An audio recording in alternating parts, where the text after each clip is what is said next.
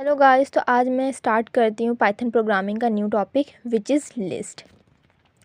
जैसे कि आप सबको पता ही होगा कि लिस्ट एक म्यूटेबल डेटा टाइप होता है। म्यूटेबल मीन्स मतलब एक बार हमने डेटा ऐड कर दिया लिस्ट में किसी, तो हम उसको बाद में चेंज कर सकते हैं। तो एक एग्जांपल समझ लेते हैं। मान लीजिए मैंने एक लिस्ट बना ली।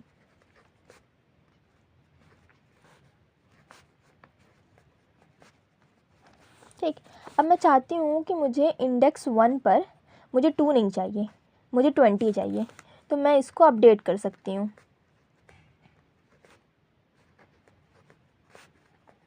इस तरीके से।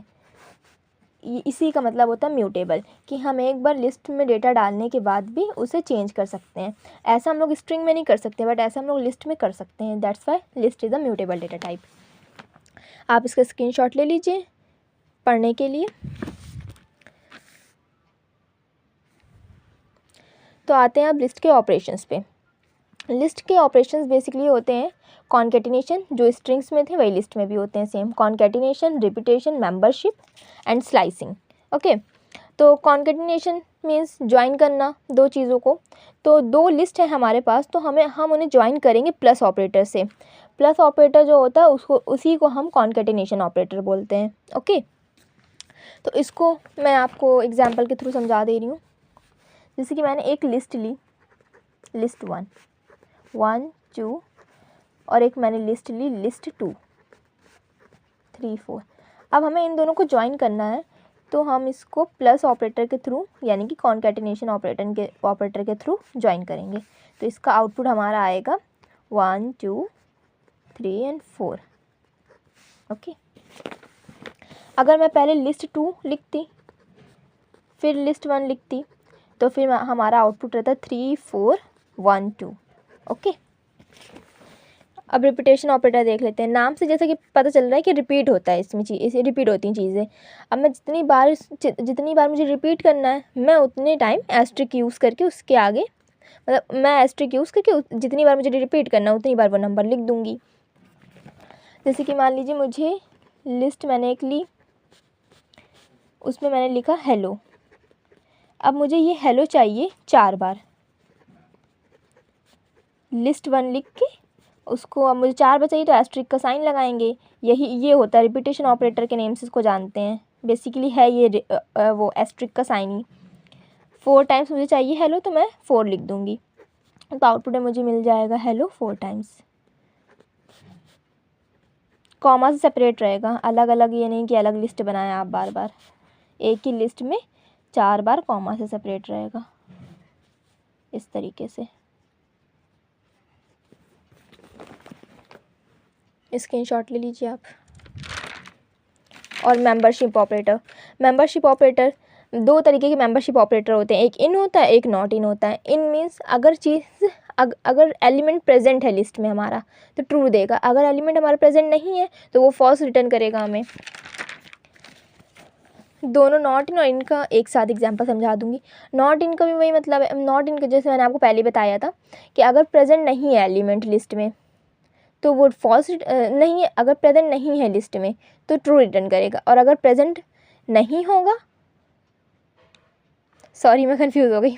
अगर नॉट इन ऑपरेटर ये बताएगा अगर आपका प्रेजेंट नहीं है उसमें एलिमेंट और नॉट इन मैंने यूज़ किया है तो ट्रू रिटर्न करेगा। और अगर प्रेजेंट है वो एलिमेंट तब मैं नॉट इन लिखूँगी तो वो हमें फॉल्स रिटर्न करेगा।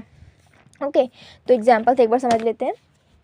जैसे कि मैंने लिस्ट एक ली, उसमें मेरे पास एलिमेंट्स हैं 1, 2, 3, 4।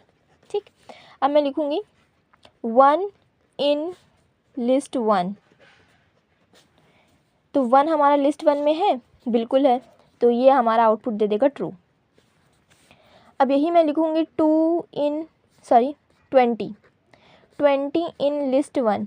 अब आप बताइए, आपको यहाँ पे कहीं 20 दिख रहा है? 20 जब नहीं है तो यहाँ पे फॉल्स आएगा आउटपुट। अब मैं नॉट इन बताती हूँ, नॉट इन ऑपरेटर के लिए, ये इसी लिस्ट का एग्जांपल लेकर। अब मैंने लिखा 1 नॉट इन लिस्ट 1। अब इसमें तो 1 है, इसका मतलब ये गलत बोल रहा है, ये कह रहा है कि नहीं है नॉट इन, तो यहाँ पे आउटपुट आ जाएगा हमारा फॉल्स। अब मैं लिखूँगी 20 नॉट इन लिस्ट 1। 20 इसमें नहीं है, ये सही कह रहा है, मतलब 20 नहीं है इसमें लिस्ट में, इसका मतलब ये सही कह रहा है, इसका मतलब ट्रू है ये बात, आउटपुट ट्रू आ जाएगा। बाकी आप पढ़ लीजिएगा इसे। फिर आता है स्लाइसिंग। स्लाइसिंग बेसिकली एक सब लिस्ट, मतलब किसी चीज़ से, मतलब मान लीजिए हमारे पास कोई एक बड़ा पार्ट है, उसमें से हमें छोटा पार्ट निकालना है।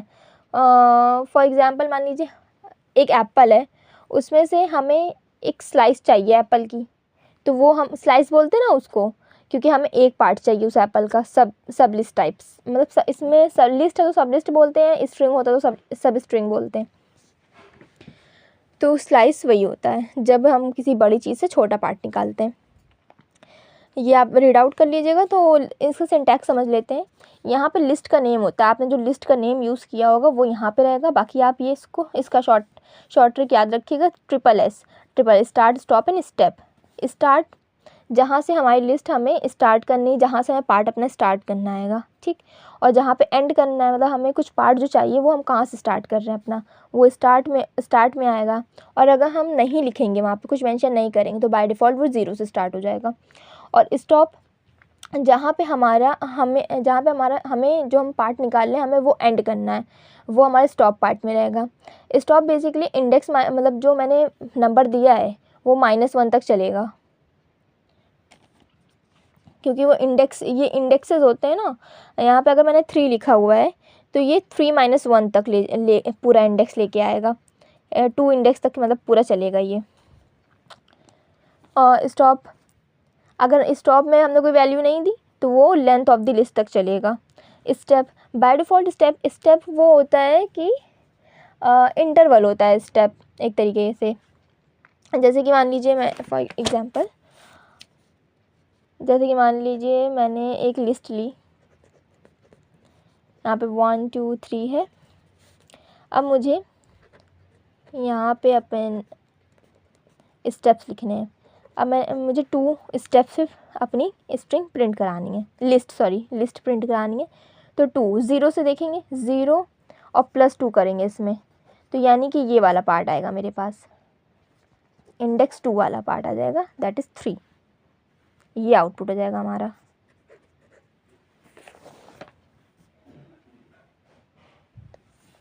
और अगर हम कुछ नहीं पास करेंगे यहाँ पर, अगर हमने यहाँ पे कुछ नहीं पास किया तो बाय डिफ़ॉल्ट वो 1 रहेगा। तो एक एग्जांपल से सब समझ लेते हैं।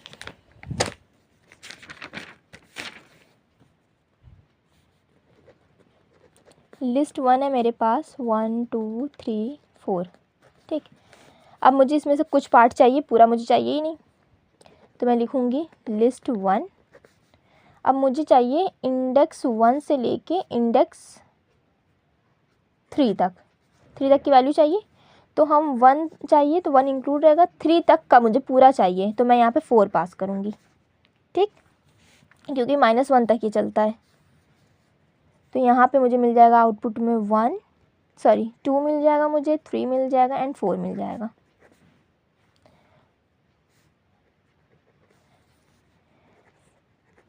कोलन रहेगा यहाँ पे, गलती से मैंने सेमीकोलन लगा दिया था।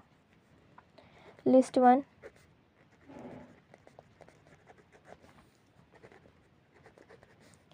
अब मान लीजिए मैंने यहाँ पे कुछ नहीं पास किया, सिर्फ मैंने कोलन लगा के अपनी लास्ट वैल्यू, मतलब स्टॉप वैल्यू पास करी 4, तो मुझे पूरा 0 इंडेक्स से मिलेगा। तो 0 इंडेक्स पे मेरा क्या है 1, फिर 1 से लेके पूरा लास्ट तक मुझे मिलेगा 3 एंड 4। ये मेरा आउटपुट हो जाएगा। अब मैं स्टेप्स पास करूँगी।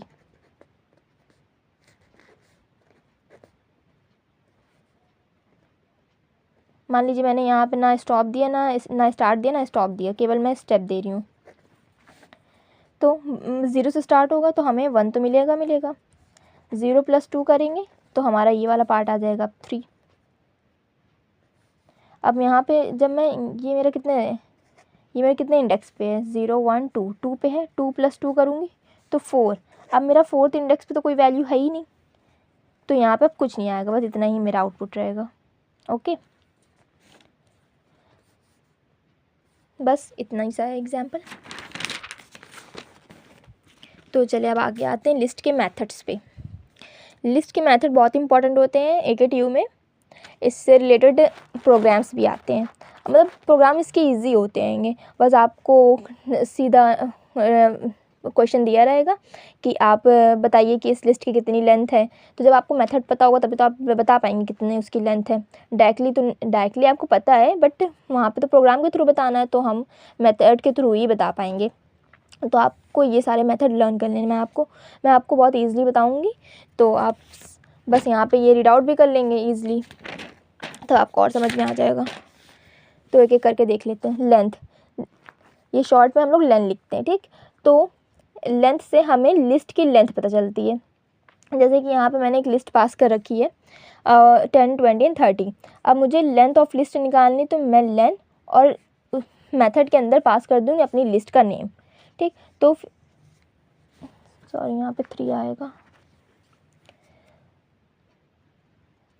तो यहाँ पे हमारे पास 3 है लेंथ, 1 2 3, तो यहाँ पे आउटपुट हमारा 3 आ जाएगा।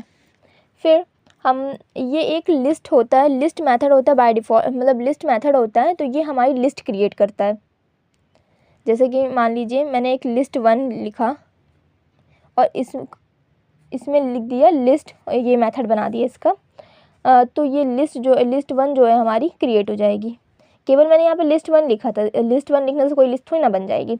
मैंने यहाँ पे कोई एलिमेंट्स भी पास नहीं करे हैं।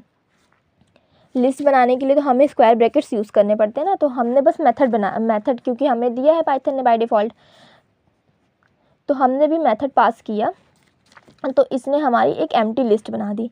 अब हम चाहते हैं कि हमें एम्प्टी लिस्ट नहीं चाहिए, हमें एक प्रॉपर लिस्ट चाहिए, उसमें एलिमेंट्स भी चाहिए।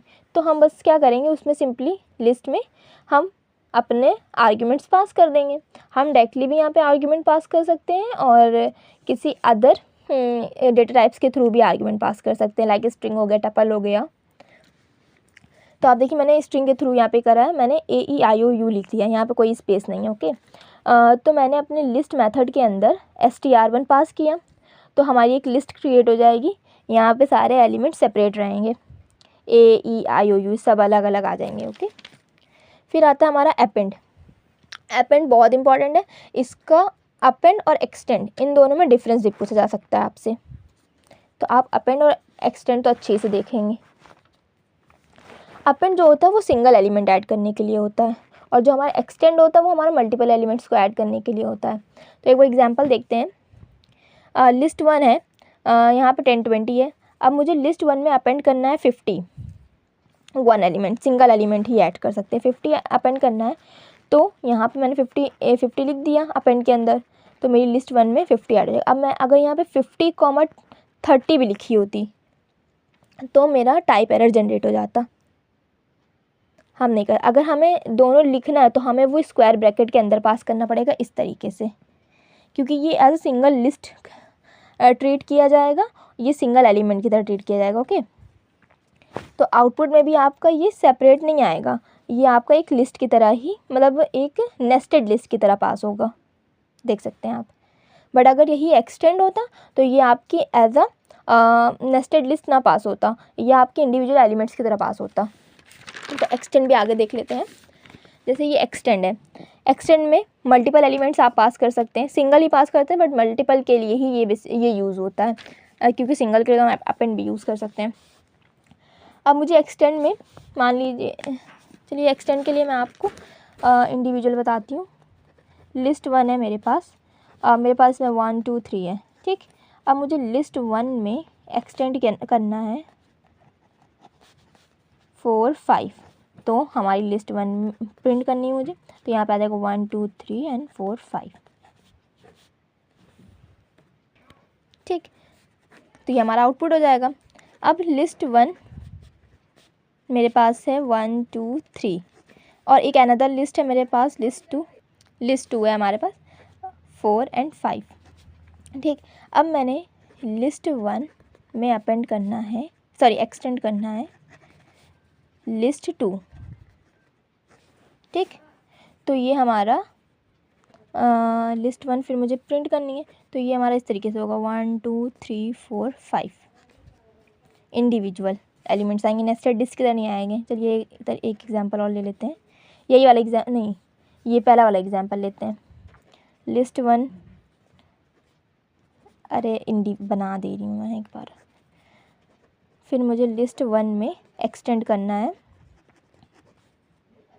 एक्सटेंड यूज़ होता है मल्टीपल के लिए। अपेंड करनी है मुझे, मान लीजिए इस तरीके से मैंने एक लिस्ट बना के ही अपेंड किया मान लीजिए, तब भी मेरा आउटपुट जो आएगा वो इंडिविजुअल एलिमेंट्स ही आएगा, अलग अलग नेस्टेड लिस्ट की तरह नहीं आएगा, इस तरीके से आएगा आउटपुट। ओके, अब आपको क्लियर हो गया होगा पूरा आइडिया एक्सटेंड और अपेंड के बारे में। अब मैं आती हूँ मिनिमम पे।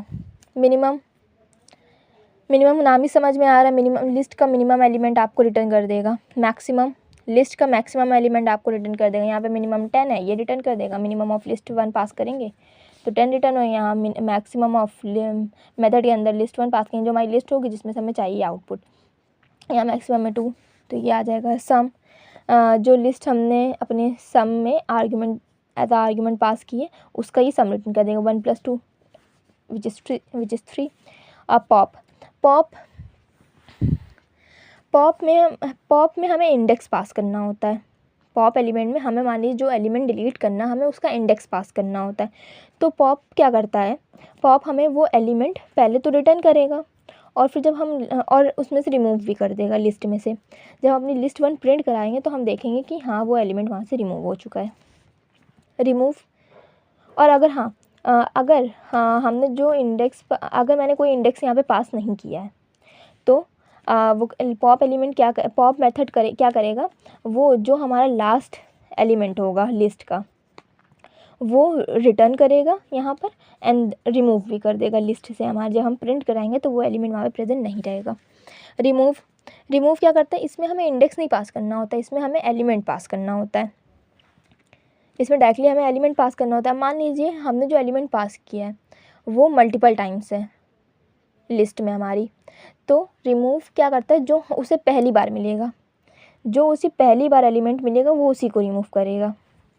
मतलब जो एलिमेंट हमने पास किया अगर वो उसको जहाँ पे पहली बार मिलेगा वो वहीं से रिमूव कर देगा, बाकी अदर सारे प्रेजेंट रहेंगे उसमें।